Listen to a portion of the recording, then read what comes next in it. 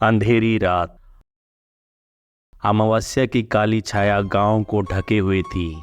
चांद कहीं गुम, सितारे भी छिपे, मानो गांव के रहस्य की रक्षा कर रहे हों।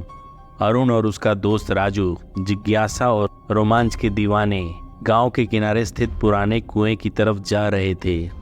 बड़े बूढ़े इस कुएं को पिशाच का मुंह कहते थे। किंवदंतियों के अनुसार सालों पहले एक क्रूर जमींदार को उसकी गुनाहों की सजा इसी कुएं में डुबोकर दी गई थी। कहते हैं उसकी आत्मा आज भी कुएं के गहरे अंधेरे में कैद है और अकेले निकलने वालों को डराती है। अरुण, जिसे डरने का तो ख्याल ही नहीं आया, हंसते हुए बोला, ये बस कहानियां हैं राजू, डरने का कुछ नहीं है।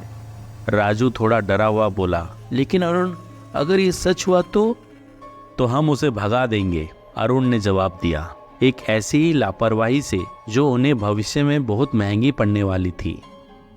वह कुएं के पास पहुंचे। हवा अचानक ठंडी हो गई। एक अजीब सी खामोशी छा गई, मानो सारी दुनिया उनकी सांसों को भी रोके हुए हो।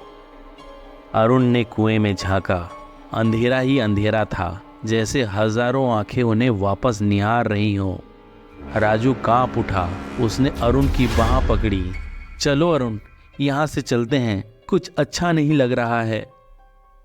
लेकिन जिज्ञासा का शैतान अरुण पर सवार था। उसने एक पत्थर उठाया और कुएं में फेंक दिया। एक भयानक आवाज गूंज उठी, मानो कोई क्रोधित दहाड़ रहा हो।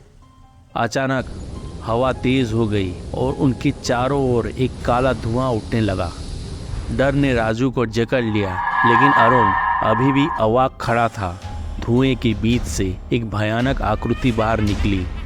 वह लंबी और दुबली थी। उसकी आंखें लाल आग की तरह जल रही थी और चेहरे पर गुस्सा साफ झलक रहा था। अरुण समझ गया था कि वह जमींदार की आत्मा है। डर उसके पूरे शरीर में फैल गया।